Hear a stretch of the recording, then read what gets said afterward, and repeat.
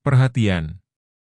Konten ini mengandung konsep esensi ilahiyah yang membutuhkan aspek pemahaman mendalam, yang kemungkinan hanya dapat diakses dengan keterbukaan hati dan pikiran, untuk mencapai tingkat pencerahan dan kesadaran yang lebih tinggi. Narasumbernya kayaknya udah nggak harus dikenalin karena udah famous ya. Udah famous dan banyak yang ngerasa bahwa penting banget gitu ilmu-ilmunya Mira itu untuk disampaikan lagi gitu. Nah, amazing ya, saya sekaligus kaget sih bahwa Mira kemarin ngasih info tentang ada problem quote and quote tentang sejarah. Wah, jadi ada sejarah yang tidak diupdate, sejarah sesuatu hal yang nggak diperbaharui ya Mir ya. Diperbaharui. Sehingga saya mungkin akan kasih judul ini adalah sejarah yang hilang Mir. Iya, betul. Ya, betul banget. Missing history gitu. Missing history of Indonesia and everything. Dan seterusnya ya. Dan kita akan berbincang-bincang tentang history ini dan saya rasa penting banget ya untuk kita ngerti misteri dan kita akan banyak menggali dari Mira Sartika PhD. Nah, ini dokter beneran kalau ini ya. Oke Mir, kita mulai dari mana Mir? Oke, gini Bu, jadi kemarin-kemarin kita bahas tentang genetika, cultural genetik gitu ya. Terus sebetulnya saya tuh ancient historian karena ya semua juga tahu, Abu juga tahu bahwa saya S2-nya adalah ancient history. Ancient history, yes. Jadi sejarah kuno ya. Jadi ini belum pernah diangkat gitu. Dan setelah podcast yang Abu kemarin itu, saya diundang oleh Center for Young Scientists untuk membicarakan tentang sejarah.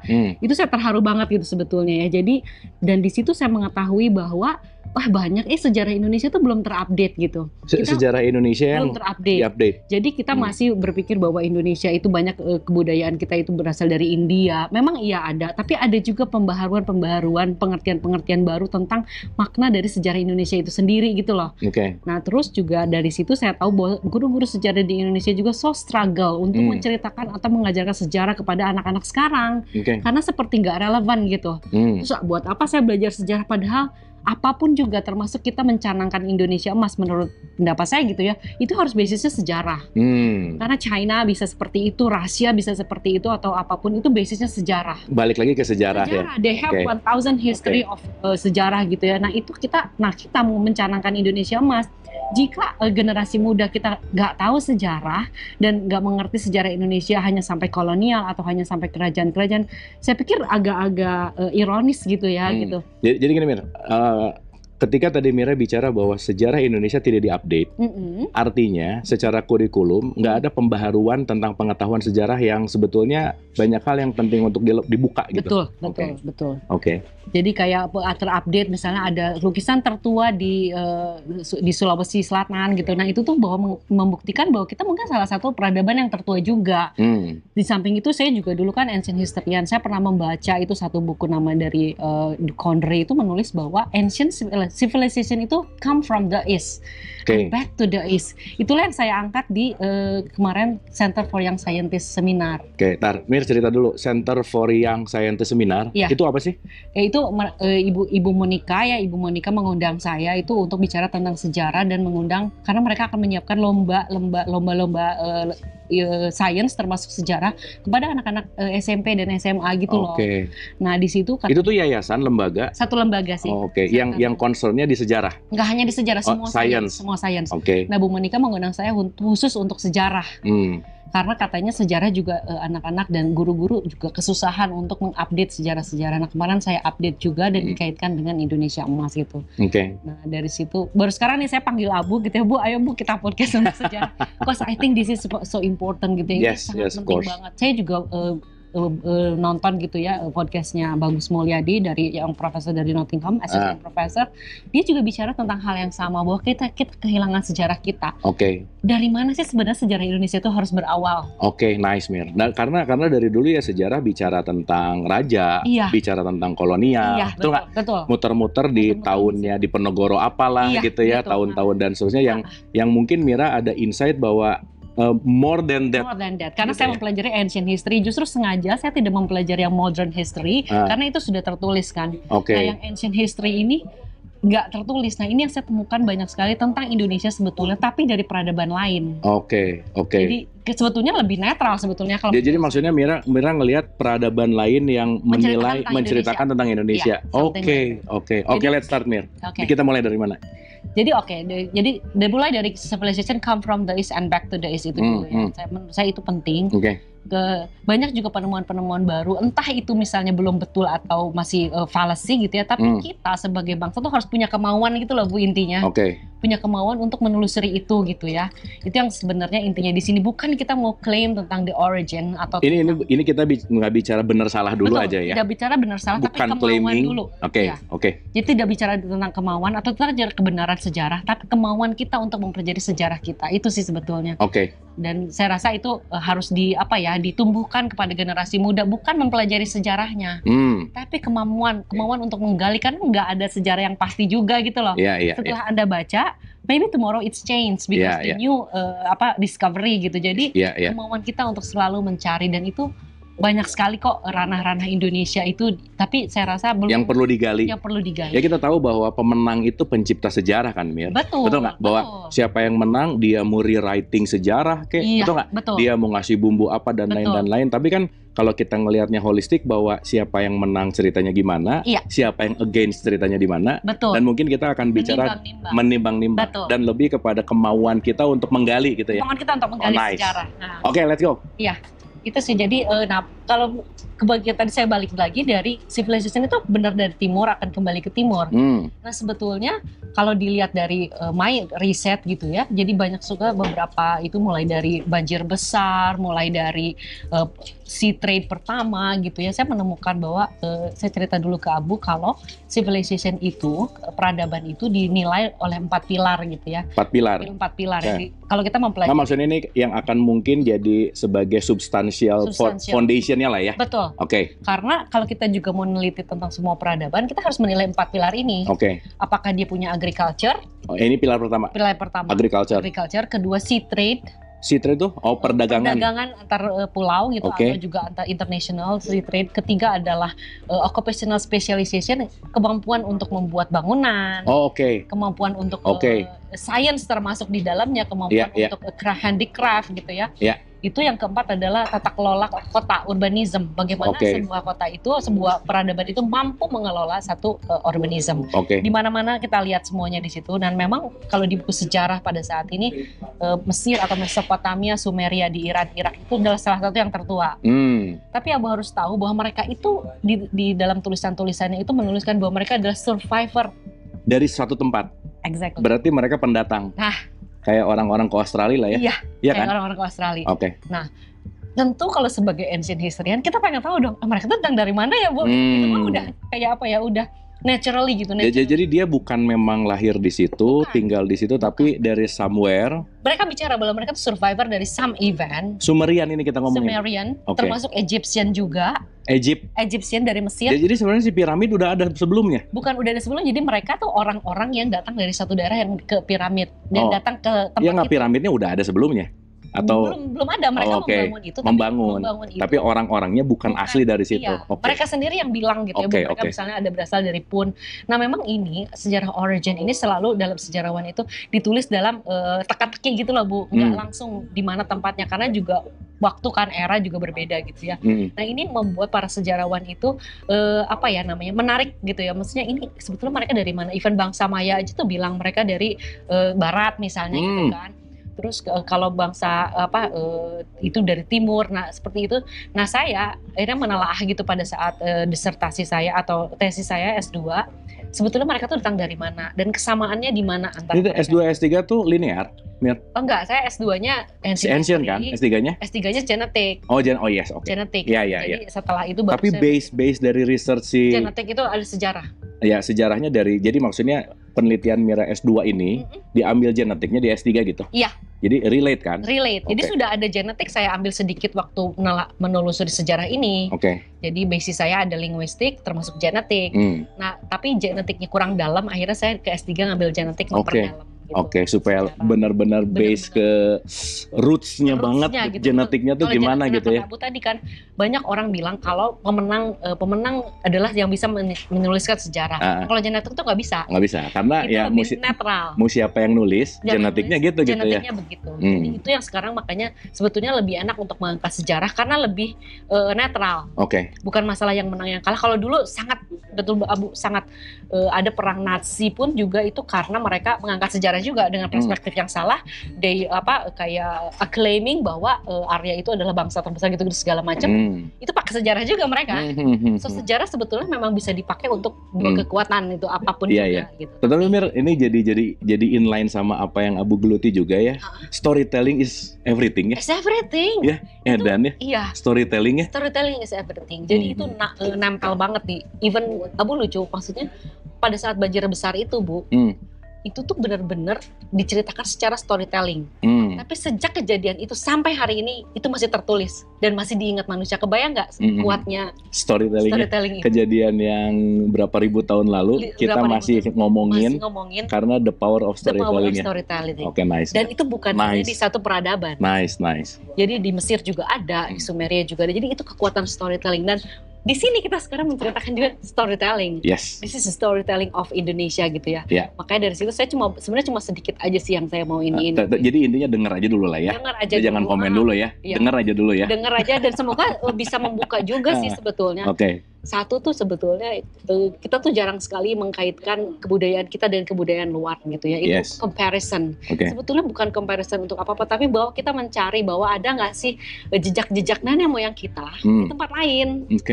Itu soalnya kalau saya sih sebenarnya ada dua dalam mempelajari sejarah itu, positioning and navigating. Sejarah itu membuat kita tahu posisi kita. Dan kedua, kita menavigate diri kita, bangsa Indonesia ini mau kemana. Without that, mau Indonesia emas, mau apa, kayak nggak bisa gitu. Mau emas, mau cemas ya? Jadi nanti jadi cemas terus. Kalau landasannya tidak berdasarkan sejarah, itu sih maksud aku. Jadi belajar sejarah, for me, is just 2 point. Positioning, navigating, and navigating. Udah itu aja gitu. Nah, navigating ini tadi landasannya. Kalau kita mau Indonesia emas, 4 pilar yang tadi saya bilang itu, kita hendaknya itu diutamakan. Siapapun nanti pemerintahannya, siapapun nanti yang akan memimpin negara ini, itulah namanya peradaban. Jadi civilization based on 4 pilar tadi. 4 pilar itu. Agriculture ya kaitannya sama apa namanya? Ketahanan pangan kan? Iya, ketahanan pangan. Terus yang kedua trade, perdagangan luar negeri, international business dong. Of course kita nggak bisa hidup sendiri kan? Iya, itu ada circumstances bisnisnya ya. Iya. Nah kedua, craft tadi. Craft itu untuk adalah bangunan kemampuan, skill kan, setiap manusianya atau SDM, sumber daya manusia. Yang tata kelola urbanisme, nah itu harus sesuai dengan budayanya setempat sehingga terjaga gitu. Saya pikir itu adalah hasil dari sejarah. Jadi sejarah itu tidak selalu melulu kita bicara tentang masa lalu gitu. Jadi sejarah, kita mempelajari sejarah, kita tahu oh ini begini. Nah ini yang 4 pilar ini yang saya bawa untuk mudah-mudahan gitulah ya. Ada penelaahan lebih dalam. Penelaahan lebih dalam tentang bagaimana kita membuat 4 pilar ini supaya Indonesia menjadi betul-betul sesuai cita-cita kita. Indonesia emas yang sejahtera dan makmur gitu loh. Nah sekarang back to the point Mir, bahwa gimana nih sebenarnya si sejarah ini yang menurut Mira perlu diperdalam, yang kita cuman bicara sekarang non-update gitu. Non-update, apa aja nih yang menurut Mira harus di-enhance gitu? Harus di-enhance ya. Positioning pertama ya. Positioning itu sebetulnya negara Indonesia itu sejarahnya dimulai dari mana? Startnya dari mana? Apakah dari Kutai Kartanegara yang memang ditulis dalam kita sejarah sejak SMP dan SMA itu memang dari situ gitu ya. Tapi ada nggak sih kita tuh di ancient civilization, masa-masa AD gitu ya, BC, before century gitu, kita sudah ada sejarah belum sih? Memang ada sebetulnya, ada Sriwijaya, ada juga Borobudur juga memang AD ya, tapi nah sebelum itu ada nggak sih? Nah ini yang paling lucu Bu, saya tuh menemukan gitu ya, walaupun tidak di Indonesia gitu ya. Salah satunya adalah American archaeologist namanya William Solheim. Dia menemukan adalah maritim Nusantao Trading Network. Maritim apa? Nusantao. Karena dia ditemukannya di Hong Kong. Jadi nggak bisa bilang Nusantara gitu loh. Iya. Tapi Nusantao trading system. I see. Dan dia bilang itu kemungkinan 7.000 tahun sebelum Masehi itu ada di daerah kepulauan 7.000 tahun sebelum Masehi? Exactly. Itu si trade pertama. Jadi Maritim Nusantao Trading Network. Itu pertama, sudah trading network loh Bu. Nah ini memang banyak, saya tahu juga ini banyak sekali perdebatan penemuan William Solheim itu. Tapi yang saya tahu adalah William Solheim itu bukan orang Indonesia. Sehingga dalam menemukan itu dia lebih netral. Ya, jadi maksudnya bukan nationnya gua, maksudnya bukan bangsanya dia, tapi dia menemukan bahwa other side bahwa ini ditemukan dari si Nusantao itu. Maritim. Anyway kan waktu itu kan nggak ada Hong Kong, nggak ada Cina, nggak ada kan, tetap semua masih dalam satu kesatuan kan. Nah itu satu yang pertama gitu ya. Nah oke lah ini, tapi Indonesia harus punya kemauan nanti para sejarawan gitu, ayo kita sama-sama gitu ya untuk meneliti kembali penemuan William Solem ini. Dia sayang sekali baru meninggal gitu ya. Saya juga sedih banget nggak sempat ketemu gitu. Nah ini yang saya pikir ini harus kita angkat deh gitu. Untuk menjelaskan saja apa kita seperti itu, apa enggak. Kalau nggak apa juga nggak apa-apa. Yang penting kan ini ada info ya. Iya. Penelahannya seperti apa. Betul. So apa yang Mira dapat dari situ? Dan menurut saya dapat di situ banyak sekali Bu. Jadi dari Maritime Network Nusantara itu tersebarlah budaya-budaya kita, termasuk di Jepang. Jadi di Jepang itu agriculture pertama atau rice pertama itu bukan Japanica, tapi Javonica. Jadi dari Pulau Jawa. Termasuk kalau teman-teman lihat penemuan DNA dari bangsa Yayoi culture dan Jomon culture, itu ada DNA Indonesianya. Itu yang dua itu Yayoi Jomon tuh di mana sih? Jepang. Oh, itu di Jepang. Di Jepang. Jadi basic culture si Jepang ini ada DNA Indonesia. Ada DNA Indonesia. Iya. Itu sebetulnya saya kemarin ngajuin proposal ke Sumitomo Foundation untuk menelaah itu. Apakah betul? Karena Yayoi itu sangat berbeda. Jomon tuh lebih tua. Itu sangat berbeda. Kemudian datang lagi Yayoi yang merubah semua Jepang juga. Nah ini yang aku lucu itu, yang nulis itu kayak salah satu orang India gitu ya. Jadi bahwa ada kaitannya antara Japan civilization and Indonesian civilization di Yayoi culture itu. Tapi yang nulis orang India gitu loh Bu. Sedangkan kita tuh selalu yakin bahwa peradaban kita tuh berasal dari India gitu. Jadi kayak bilang orang Indianya aja ngomongin tentang bahwa ada kaitannya sama Jawa aja ya. Di Jepang itu ada kaitan dengan Jawa. Itu yang pertama ya. Ini baru tahu juga sih. Kan makanya saya bilang ini harus diupdate tuh ini. Lah ini hanya segelintir, tapi ini ditemukan oleh scientific kok, oleh science gitu. And we have to kita punya nalaah dan itu untuk menelaah kembali. Saat ini kita banyak ignorance menurut aku, sejarawan itu kita tidak maju dan tidak menyongsong gitu loh Bu. Jadi kita harus menyongsong juga bahwa bukan hanya sejarah di dalam negeri, karena yang saya tahu mempelajari bangsa Indonesia adalah kita susah sekali untuk menelaah bukti-bukti sejarah di Indonesia. Karena kita negara tropis. Banyak sekali bukti-bukti yang sudah lapuk dan sudah akan hilang. Karena si tropis tadi yang ngebuat bukti-bukti jadi inilah ya. Jadi entah rusak lah apa dan lain-lain. Nah, tapi kalau misalnya dengan di bangsa-bangsa lain itu masih tertulis gitu loh. Nah, jadi saya banyak sekali menelaah dari bangsa-bangsa lain gitu, dari tulisan-tulisan lain.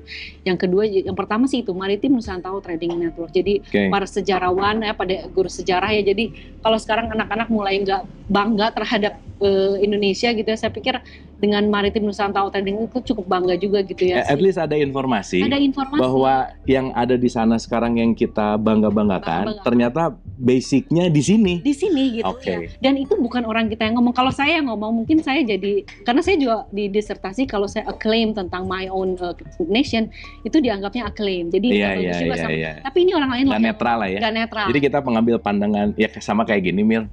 Kalau sekarang kita ngomongin pakai Western perspektif, orang bisa percaya Western perspektif yang ngomong. Betul. Padahal kalau misalnya ahlinya ada di Jawa, ya orang nggak percaya. Betul. Yang ngomong siapa? Orang Jawa. Gitu ya. Yang ngomong siapa? Profesor dari Western. Padahal dia juga kenal gitu. Dia juga si profesor itu ngapain gitu kan. Nah itu saya juga kenal William Solem itu ya karena beliau menulis tentang Indonesia. Terus saya itu pertama ya. Yang kedua adalah buku-buku yang maaf nih Mas Bagus, saya sebut itu Bagus Mulyadi disebut adalah tentang di tahun 1890 sampai 1950-an. Itu buku-buku saintis dari Eropa yang banyak meneliti di Indonesia. Saya udah pernah bilang ke Abu kan Bu, gue tuh cuma baca buku dari buku 1890 sampai 1950-an. I don't want to read after that. Bukan saya nggak mau, tapi buku-buku itu adalah menurut saya sangat inspirational. Mereka riset betul-betul di Indonesia, ada yang sampai 30 tahun, ada yang 50 tahun, menuliskan apa adanya. Jadi karena waktu itu Indonesia masih Hindia Belanda, juga bukan milik Belanda dan juga belum milik Indonesia gitu ya. Jadi mereka menuliskan apa ya udah aja, adanya begini ya.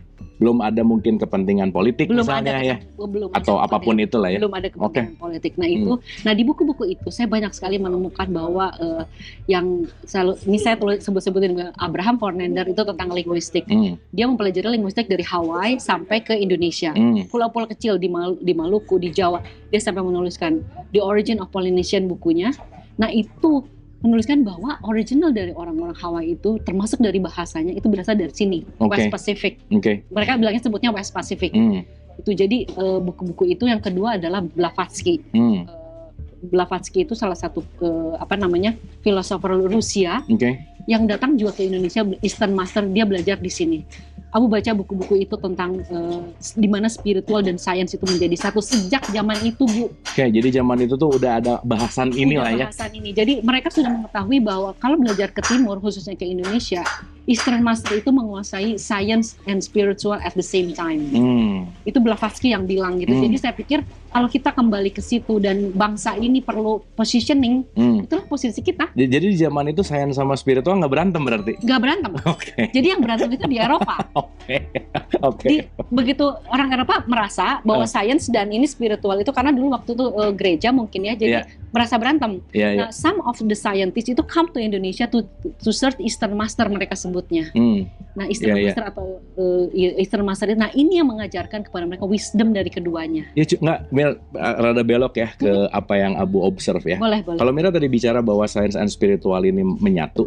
Sekarang kalau lihat dari segi psikologi aja, psikologi itu ada Western psychology, ada Eastern psychology, dan ini kayak gini gitu loh, Mir. Iya, selalu didualitasin gitu. Nggak, maksud Abu tuh kenapa ya jadi kayak yang direnggangkan gitu, Mir? Ya. Iya nggak sih? Iya benar. Yang asalnya ini nyatu, terus direnggangkan, dan ya mungkin balik lagi ya, ini part dari si journey civilization kali ya. Iya betul. Oke, anyway, lanjut. Iya, jadi itu menurut aku tuh, nah jadi dari buku-buku tahun segitu, kalau misalnya saya ini teman-teman baca dan kayak teori Darwin itu di buku tahun-tahun itu tuh masih bisa diperdebatkan gitu loh. So it's open to science untuk pemikiran kita untuk keluar. Nah sekarang gitu ya Bu, saya sedih juga, maksudnya banyak sekali orang-orang pintar tapi tidak menghasilkan sesuatu yang maksudnya cukup fundamental untuk merubah satu keadaan gitu loh. Jadi aku pikir memang sekolah sekarang lebih pada pintar, tapi pemikiran yang tadi kemarin Abu tulis itu kan Indonesia plagiatnya besar juga. Padahal there is no reason kita plagiat. Kita tuh bangsa yang berbudaya. Budaya tuh sangat luas dan every single chain tuh bisa menjadi kesempatan kita untuk mensaintifikannya gitu. Jadi kalau sistemnya dirubah gitu, menurut aku kalau pemikirannya balik ke positioning tadi, kalau kita tahu positioning tadi, kita nggak usah jadi plagiator gitu loh. Ngapain jadi plagiator, orang source-nya ada di kita. Iya. Benar nggak? Betul. Itu makanya jadi kesalahannya bukan di kenapa kita jadi plagiator jadinya sekarang gitu, tapi kemarin saya juga ini baca buku di itu bukan ada WA group di genetik kan SHG, bahwa banyak sekali universitas di Indonesia yang diputus oleh Scopus itunya secara researchnya. Iya, karena banyak plagiat. Iya sih. Atau tidak qualified. Kayaknya itu udah mendunia beritanya. Iya, makanya kan dari situ sebetulnya kesalahannya bukan masalah kita bisa menulis atau enggak, tapi perspektif menurut saya. We don't know our position and so we cannot navigating di mana kita sebetulnya gitu. Makanya saya bilang satu-satunya benar semua orang gitu ya. Menurut juga Endgame kemarin yang diangkat Pak Gita, bahwa memang back to the history. And what is our history gitu ya. Dari sejak zaman Kutai kah? Dari sejak zaman apa gitu loh. Nah kalau sekarang ada penemuan maritim Nusantara Trading Method, why kita tidak menelaahnya juga lebih dalam gitu. Oke lah, itu memang mungkin belum betul. Tapi sebagai bangsa Indonesia dan dia menceritakan tentang bangsa kita, loh Boya, kenapa kita nggak sambut gitu. Itu tuh di ahli-ahli sejarah kita nggak ada yang deep research, Mir? Belum ada. Tentang maritim Nusantara Trading itu belum ada. Yang saya tahu itu ada salah satu Pak Taufik itu ya di Jogja ya. Beliau juga menceritakan tentang itu, tapi banyak sekali ditentang. Sebenarnya bukan pertentangan, tapi we have to try retrace lagi gitu loh. Itu sebetulnya. Yang tadi juga termasuk Yayoi dan di Jepang itu di Jepang ada Zaman Culture dan Yayoi itu apakah betul dia mempunyai DNA Indonesia gitu kan. Jadi kita belum masuk ke dalam inti-inti riset dari dunia. Itu sih intinya sih. Oke. Nah sekarang mungkin kan yang kita pengen angkat adalah bagaimana kita at least ada proudnya dulu lah ya. Iya betul. Intinya dulu itu dulu. Maksudnya at least ada satu perspektif dari Western kah atau dari outside-nya kita yang ngomong tentang kita. Jadi tadi bicara bahwa Jepang dan seterusnya ternyata dari Java gitu. Betul. Terus yang menurut Mira sangat fundamental banget yang kita tuh sama sekali nggak tahu. Ini Abu juga kaget-kaget ya Mira ngomong gini. Oh iya. Nah, what next Mira? Apalagi yang Mira bisa bikin kita surprise tentang fakta yang Mira temukan dalam disertasi Mira di doktoral Mira ini. Apalagi nih? Nah salah satu yang terakhir itu dari genetik sih ya. genetik itu di Amerika, bahwa yang datang ke Amerika pertama itu memang dari East Asia, dia bilangnya East Asia, tapi sebetulnya dari Southeast Asia gitu. Itu salah satu. Jadi sejauh itu loh sebetulnya perkembangan dari sejarah Indonesia. Makanya kan kita bilang tadi tentang updating kan. Jadi updating sejarah Indonesia enggak cuma sampai Kerajaan Kutai kok, enggak cuma sampai Sriwijaya. Sejauh itu pertama ada Maritim Nusantara, terus kalau ada prehistory. Maksudnya masih jauh dari sebelum ini tuh memang udah ada yang jarang diceritain gitu ya. Oke. Nah, sekarang itu lewat genetik, lewat berbagai macam riset, itu kebuka dengan sendirinya. Makanya kata Abu tadi, karena udah banyak toolsnya, tidak bukan lagi pemenang yang menentukan sejarah. Iya, genetiknya bukti kok. Bukti bisa genetik, bisa juga tadi dengan tulisan-tulisan itu gitu kan, atau dengan carbon dating. Jadi, nah ini maksudnya saya tuh kita harus sudah mulai meyakini bahwa sejarah kita itu nggak sampai dari Kutai Kartanegara. Tidak itu dulu lah ya. Itu dulu deh. Itu dulu. Oke. Terus emang sekarang semua sejarah start selalu dari Kutai Kartanegara? Kalau di buku ya. Di buku sejarah sekolah. Boleh nanti kita tanya sama. Sampai sekarang? Iya sampai sekarang. Iya dulu kan SD gitu. Sampai sekarang. Iya makanya saya bilang, oh ini perlu updating nih. Terus yang penemuan di gua tulisan dinding pertama juga itu kan dari Indonesia, itu 50.000 tahun bahkan mundur lagi. Nah itu tuh kayaknya belum masuk ke dalam sejarah. Saya pernah ikut course-nya gitu ya tentang rock art itu dari seluruh dunia Bu, dan Indonesia memang paling tua. Jadi itu keren banget gitu, maksud saya bilang ini harusnya sudah mulai ya saya harap juga nggak tahu ya ada satu bidang atau ada satu badan yang updatingnya tuh cukup cepat gitu loh. Nah, nanti di bidang di kementerian apa gitu ya, tapi ya, pendidikan lah. Ya Kementerian Pendidikan, cuma di bidang apa dia mengupdate-nya. Memang Kementerian Pendidikan nggak ada specific division history gitu. Nah saya nggak tahu, tapi struktur bagaimana dia dari penemuan ini dimasukkan ke kurikulum. Nah ini kan intinya kan.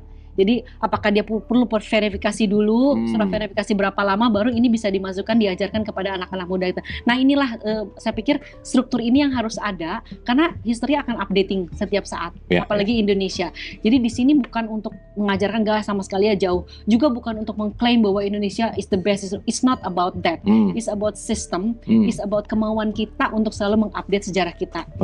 Itu aja sih sebetulnya sih yang ingin kita disampaikan gitu, supaya kita nggak mati dan kita nggak kehilangan sejarah tadi itu. Mir, mungkin kita tarik ke gini, assumption aja, kita ngomong asumsi ya, namanya juga asumsi kan subjektif lah ya. Kita tahu bahwa kebanyakan itu pertama datangnya civilization itu dari mana? Afrika misalnya? Atau itu dari mana? Bukan civilization, manusia pertama sejauh ini ditemukannya dari Afrika. Manusia pertama kan? Itu yang Abu tahu juga bahwa startingnya dari situ. Sekarang pertanyaannya, kalaupun itu terjadi, apakah ada kontra teori bahwa ternyata ini ada yang mundur jauh dan mungkin ujung-ujungnya adanya di Nusantara gitu? Banyak sih Bu sebetulnya, tapi kan sekali lagi konsensus ya, pada saat ini masih dari Afrika. Jadi penemuan itu, konsensus itu ditentukan dengan adanya bukti. Jadi kalau belum ada bukti belum bisa Pasti. Tapi beberapa kayak Homo floresiensis gitu ya di Flores itu udah salah satu yang tertua sih, dan itu si Afrika sama si Flores itu jauh. Hampir sama tuanya. Jadi di sana hidup sendiri, di sini juga sudah ada. Dan ini long lasting gitu loh, maksudnya dia tidak punah walaupun Homo sapiens sudah ada. Even sampai sekarang, kemarin saya baru ada lagi penemuan bahwa ada yang lebih kecil dari Hobbit. Jadi dia Hobbit itu 110 cm, dia 1 meter. Dan itu ketemunya di Flores juga gitu. Nah ini Mira ketemu langsung? Enggak, maksudnya saya baru baca. Maksudnya ketemu langsung, ketemu penelitiannya ini apa, maksudnya yang neliti? Belum. Tapi yang nelitinya ada si Pak Andi di Griffith University kan, dia nelitinya dari Australia gitu ya. Tapi itu jadi ini masih puzzling gitu. Tapi kalau saya lihat di bukunya ada di bukunya David Reich, itu salah satu genetisis. Nah lucunya kalau di luar negeri genetisis dia jadi sejarawan. Jadi linkage ya. Kalau aku kan sejarawan jadi genetisis gitu. Kalau di sana tuh dia ahli genetik, namanya genetiknya dulu, Reich, baru dia mempelajari sejarahnya. Nah, aku baca itu, jadi genetik tuh bisa merewrite sejarah. Beliau tuh salah satu, David Reich ini saya juga pernah komunikasi sih sama beliau. Dia tuh temennya Svante Pääbo yang dapat Nobel untuk Ancient DNA juga. Nah, beliau juga salah satu yang yang menuliskan itu juga. Nah, dia mencoba merewrite history dari genetik. Kalau saya kebalik gitu, dari history balik ke genetik gitu. Jadi Mir gini ya, kan kalau kita ngomongin genetik pasti kontranya adalah teknologi. Ya kan? Sekarang berarti kalau teknologinya semakin arise dan kita semakin bisa nge-trace genetiknya jauh lebih deep meaning. Ya kita nggak bisa nggak bahwa sejarah itu selalu koma, betul nggak? Betul. Betul nggak? Nggak bisa gini. Legitimate bahwa ini pasti dan finish final. Enggak. Iya nggak? Enggak. Betul. Tapi konsensus ya balik lagi ya. Tapi konsensus pertama, kedua juga makanya saya bilang ini harus ada kemauan setiap saat. Kalau misalnya kitanya berhenti kemauan, kita nggak akan bisa menggali. Tapi kan konsensus juga dipegang sama siapa yang kuat kali. Ya kalau bisa dipegang sama yang kuat, tapi kalau ada bukti kan juga nggak bisa ditentang juga sih. Iya sih. Jadi kita sejarah kan ini jadi power juga sih ya. Oh pasti sejarah kan menentukan kekuatan di hegemoni juga sejarah Bu. Makanya dari dulu itu sejarah itu katanya, kalau saya ada cerita juga, kalau misalnya yang mengetahui origin of history itu banyak juga punishment-nya. Karena itu adalah hegemoni dunia sih sejarah. Jadi saya pikir kita dengan hati-hati, kita bukan tentang hegemoni. Alhamdulillah saya mempelajari bangsa Indonesia. Bangsa Indonesia dari zaman dulu tidak pernah ada hegemoni tentang penjajahan dan kolonialisme. Seberapa kuat pun kita gitu ya. Nah jadi ini bukan tentang itu gitu. If we know about ourselves, bukan gue mau menguasai dunia, enggak sama sekali gitu. Tapi ini untuk mengetahui posisi kita dan bagaimana kita menavigating. Dengan tahu kita ada berbudaya aja, kita bisa memberikan arahan kepada peradaban dunia. Itu cuma tahu tentang bahwa kita berbudaya lebih dari orang lain. Itu aja gitu. Jadi dari situlah dignity suatu bangsa ya menurut saya dari sejarah itu sendiri sih. Bagaimana kita memahami tentang sejarah itu sendiri, karena ya bangsa-bangsa yang maaf saja gitu memiliki kayak pernah genocide, itu forever will be remembered by the world gitu. Jadi alhamdulillah Indonesia yang sepanjang nggak ada sejarah itu gitu. Gitu jangan sampai kita memiliki sejarah itu karena itu adalah terbawa terus sih somehow gitu ya. Jadi, itu sih jadi memahami sejarah itu supaya kita menjaga diri kita juga hari ini untuk masa depan gitu loh. Tapi Mir, kalau tadi ngomongin genocide itu kan sebenarnya untuk menghapuskan generasi for the next gitu kan? Iya, they think they can. Jadi mereka pikir mereka bisa gitu ya. Kayak saya baca buku yang itu David Ray itu tentang bagaimana suku Amerika Indian itu dihabisi di genocide itu. Even sampai sekarang Bu, jadi genetik mereka itu dipakai untuk riset dan tapi kadang-kadang tidak dikembalikan hasilnya kepada mereka. Jadi sampai sekarang banyak sekali American Indian itu tidak mau genetiknya diambil untuk riset. Karena tidak ada keadilan untuk mereka mengetahui sejarahnya. Jadi sejarahnya itu bukan dikembalikan kepada mereka, tapi sejarah itu dipakai oleh para saintis ini gitu loh. Itu juga sedih banget. Makanya kita nggak sampai seperti itulah, jangan gitu ya. Makanya ada suku-suku kita di sini juga, karena genetik itu maksudnya DNA itu sampel itu jadi lebih fragile gitu ya. Itu bisa digunakan untuk apa aja, untuk menguasai, untuk segala macam. Jadi itu lebih kita punya ethical lah dalam menggunakan itu gitu loh. Nah sekarang pertanyaannya gini Mir, terus let's say ya, let's say kita tahu lah sejarah benernya Indonesia. Let's say kita tahu bahwa ya sebelum ke Jepang lah, let's say lah ya. Apa sih advantage-nya buat kita? Kita membangun bangsa ini dong kemana? Kalau misalnya kan kalau tadi Mira ngomongin positioning. Once kita tahu ini, ya oke lah nih ya. Mungkin yang denger juga, oh ya udah tahu lah gitu ya. Terus mungkin juga kebanyakan, nggak penting-penting amat, misalkan. Bener banget, bener. Ya kan, misalkan. Nah, tapi sekarang yang jadi pemikiran Mira adalah untuk memunculkan ide ini, at least menjadi sparkling idea. At least untuk, ayo dong, nih ada informasi ini, kenapa sih nggak didalemin gitu? Nah, goalsnya Mira untuk semua orang supaya bisa mau mendalami ini tuh apa yang Mira harapkan lah gitu? Yang saya harapkan sih kita pertama tahu jati diri bangsa kita ya. Jadi kita tuh tidak dipengaruhi oleh pemerintahan atau dengan guncangan dunia atau globalisasi. We know ourselves. Kita akan jalan kemana. Itu sih harapannya ya. Of course di dalam sejarah juga mungkin ada juga kesalahan-kesalahan di masa lalu kita gitu ya. Nah itu diperbaiki. Nah pertama yang saya ingin itu yang tadi 4 pilar peradaban itu. Untuk memakmurkan itu kita ada 4 caranya nih. Itu sejarah menuliskan kan begitu. Sejak zaman dulu ternyata kita sudah ahli trade, international trade.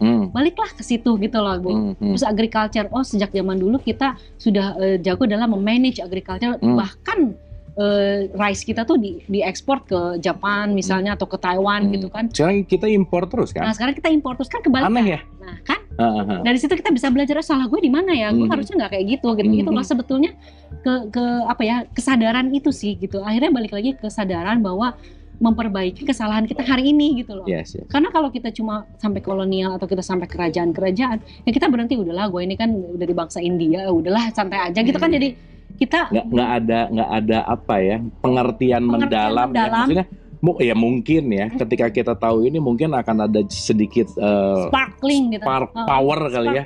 Gua tuh keturunan misalnya gitu. Legacy dari bangsa yang kuat. Iya gitu. Betul, legacy dari orang yang ini. Jadi yang saya tahu Indonesia itu makanya bisa beradaptasi di tempat manapun juga, kita adaptable. Ya Abu lihatlah sekarang bangsa kita kan lebih adaptable ya, maksudnya terhadap modernisasi, terhadap segala macam. Nah itu jadi kekuatan juga gitu.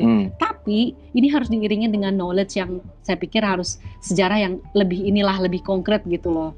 Saya sih arahnya ke situ. Jadi bukan untuk claiming apa, sebenarnya untuk memperbaiki diri sih gitu ya. Ya at least ya balik lagi kita tahu jati diri. Iya. Dengan tahu jati diri kita tahu SWOT-nya lah ya. SWOT-nya betul nggak? Strength-nya apa sih kita teh? Iya, weakness-nya apa? Opportunity-nya apa? Threat-nya apa? Dan ya balik lagi lah ya. Betul, sebenarnya lebih simpel ke situ sih sejarah gitu. Iya, Iya kan? Jadi China bisa balik lagi sekarang sekuat itu ya karena mereka juga do something. Iya. Based on their history of course, tapi orang-orangnya sekarang pun juga bekerja keras untuk menyampaikan ke situ gitu. Nah kita pun begitu. Tapi by the way Mir, kenapa sih kita nggak kayak Cina?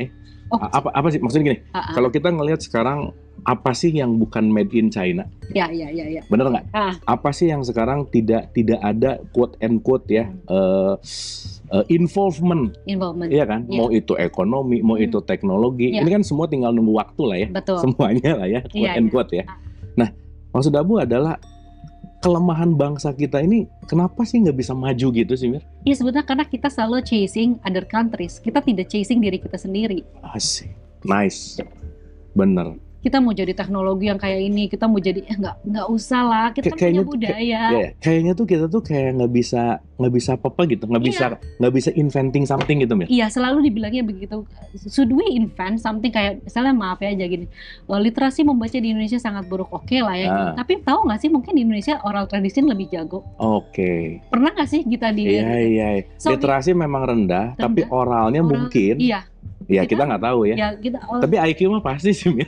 Iya makanya jadinya kan karena. Tapi Deng, kalau IQ-nya 78,4 siapa tahu SQ-nya bagus ya. Siapa tahu kan gitu. Nah jadi sekarang measurement-nya karena selalu based on other countries menurut saya gitu. Jadi kita nggak lihat jati diri gue. Tadi SWOT-nya itu kita tahu nggak sih SWOT kita tuh apa? Kayaknya kita terpapar budaya kepo deh. Nah itu. Jadi budaya pengen tahu gitu maksudnya.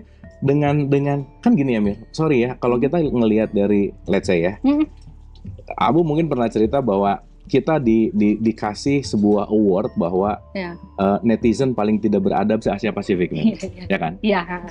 Artinya bahwa apa yang disampaikan di media sosial di masyarakat kita itu something yang tidak masuk kepada konteks yang namanya critical thinking gitu. Betul banget Bu. Nah, artinya kan si critical thinkingnya tidak terbangun. Makanya entah itu jadi budaya korupsi lah, entah itu jadi budaya dan netizen lah yang keras. Itu ya maksudnya kan kalau kita ngomongin back to the apa perspektifnya Mira secara assumption tentang historian sejarah. Kan itu jauh banget dari budaya kita gitu Mir. Betul. Ya nggak? Makanya jadi karena nggak ada perspektif tentang kebanggaan terhadap negeri, apa yang harus dijaga gitu. Yes. Dan kita selalu membandingkan kita dengan negara lain kekuatannya gitu. Sebenarnya bukan itu. Kita cari kekuatan kita dulu dan jadi di situ gitu. Itu sih intinya. Ya. Punya 4 pilar itu kita udah pernah kok, nenek moyang kita pernah di 4 itu menjadi yang pertama, menjadi yang terbaik gitu ya. So why we not come back to itu dulu gitu. Ya kayak kita pernah ngobrol tentang Gunung Padang misalnya. Iya, Gunung kan, Padang. Maksudnya itu sesuatu ya. Maksudnya itu sesuatu kalau dari 4 pilar itu kan masuk ke si tata kota bahwa itu adalah sebuah karya di mana dibuat yang meskipun masih perdebatannya apakah itu alamiah atau buatan, tapi bahwa kita tuh pernah punya superpower, superhero yang keren gitu loh, Mir. Iya, palingnya kita terdahulu lah gitu ya, terdahulu. Jadi kalau kata Abu bilang SQ atau terus jadinya jadi IQ-nya kita rendah gitu. Nah, karena kita tidak dipotensikan sesuai dengan jejernya gitu loh, Bu. Iya. Kalau sekarang Mira lihat deh di meme-meme ya. Iya. Kalau komen ada apa, tulisan langsung SDM rendah. Iya. SDM rendah. Nah, karena bukan sebenarnya menurut aku bukan SDM-nya rendah, tapi kita dijelin dengan sesuatu yang bukan akar kita gitu loh, Bu. Dipaksa keluar dari akar. Dipaksa keluar dari akar. Ya mungkin akar kita adalah ahli dalam agriculture. Iya. Tapi dipaksa untuk bikin roket misalnya. Iya gitu. Iya kan? Iya. Jadi udah gak usah jauh-jauh, bukannya kita tidak mau chasing negara lain, tapi kita harus tahu dulu kekuatan kita. Kekuatan kita di kebudayaan. Kebudayaan ini orang lain punya nggak? Nggak punya.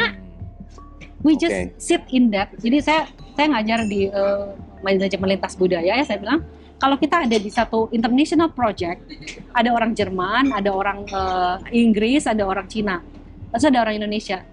Ini kita mau bikin misalnya windmill di Afrika. Kita mau di posisi apa? Masa kita mau create mesin kayak orang Jerman, jelas nggak bisa. Kita mau jago bisnis kayak orang Cina, ya nggak bisa. Itu memang sudah mereka jejarnya.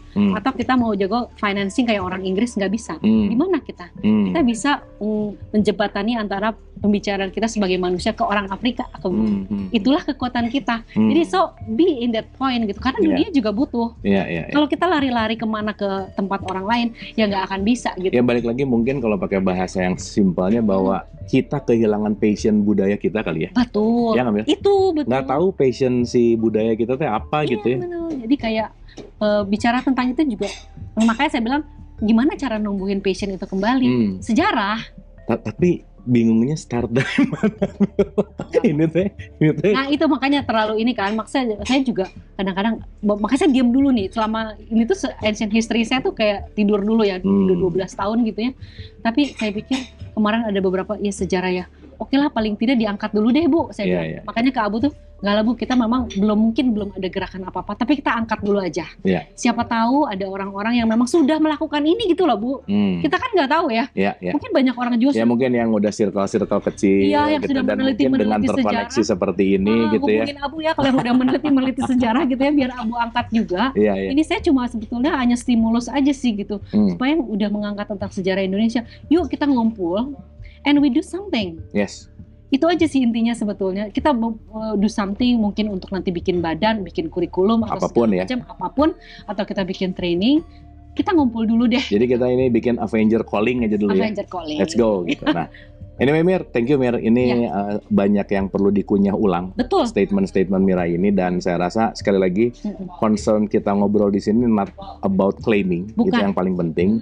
Bukan berbicara bahwa kita mau meninggikan si sejarah kita untuk merendahkan apa enggak, tetapi ada loh idea-idea atau informasi-informasi yang kenapa sih kita nggak punya keinginan untuk mendalami gitu. Betul. Yang kita nggak pernah tahu ya, bahwa apakah ini benar atau tidak gitu. Tapi at least we try.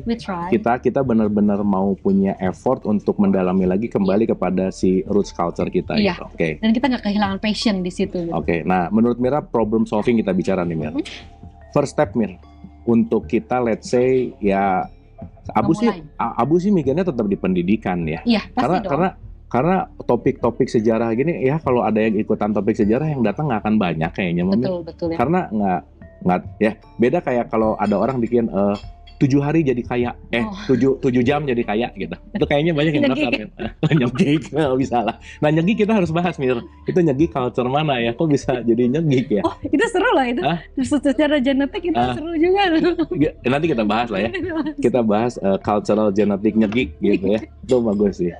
Anyway Mir, first step Mir. Yang dalam perspektif Mira bahwa apa dulu nih yang harus diberesin?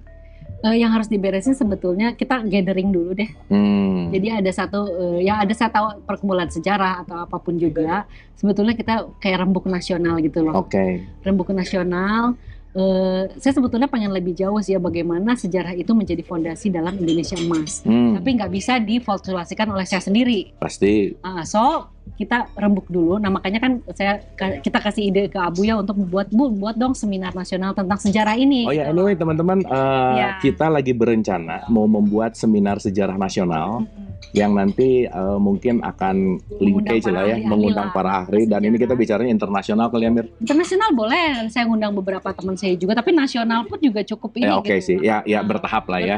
Tapi at least nggak tahu nih, karena ini relate banget sama program Ruang Cerdas gitu ya, bahwa kemarin waktu Mira bilang bahwa guru-guru sejarah di Indonesia nggak update, waduh langsung deg-degan, bukan deg-degan ya, maksudnya gemes gitu. Kasihan gitu. Ya kita penting untuk membuka wawasan tentang itu gitu. Jadi teman-teman tunggu info berikutnya, karena kita lagi merancang untuk membuat seminar sejarah nasional aja ya. Iya gitu. Oke, offline ya kita bikin. Offline nih. Jadi ini tuh sebenarnya cuma pembuka aja sih gitu. Nanti mungkin lebih saintifik, lebih kita juga terstruktur ya pembicaraannya. Mungkin di seminar itu gitu. Kita juga undang beberapa ahli sejarah yang memang bisa memaparkan apa sih sebetulnya gitu. Sudah sejauh mana sejarah Indonesia ini, dan itu sih saya pikir langkah pertama adalah kita gathering tadi. Dan ini jadi keingetan ya, kemarin tuh ada salah satu follower TikTok, dia tuh lama di museum ya. Dan kunjungan ke museum di kita tuh kan kurang oke. Makanya orang bisa ke mall kan.